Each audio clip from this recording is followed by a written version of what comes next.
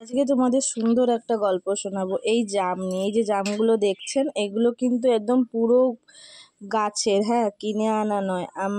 গল্পটা হচ্ছে আমি তখন ওই 9-8-এ পড়ি বা মাধ্যমিক দিতে যাই।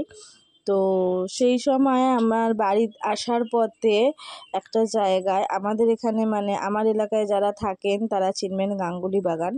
তো সেইখানে একটা বাড়িতে খুব সুন্দর একটা আম গাছ ছিল, ওই জাম গাছ ছিল।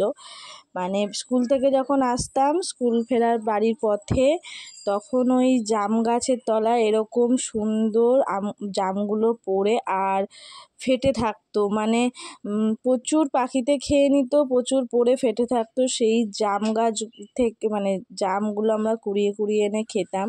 তো আজ বিয়ের পরও আমার আর ওখানে যাওয়া হয় না, কিন্তু বিয়ের পরও মা তুলে তুলে এনে আমাকে দিয়ে গেছে। মা যেহেতু ওখানে কাজ করেন, তো ওখানে আসার পথে আমি বলেছিলাম মাকে, মা অনেক দিন যাবত ওই জাম গাছের জাম খাওয়া হয় না।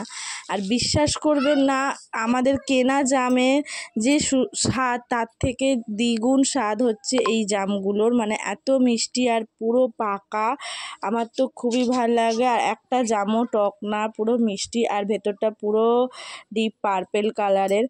তো এই আজকে ছিল হচ্ছে দুপুরবেলা, আমি একটুখানি ফল দিই ওর মাম্মামকে আর ওর বাবাকে।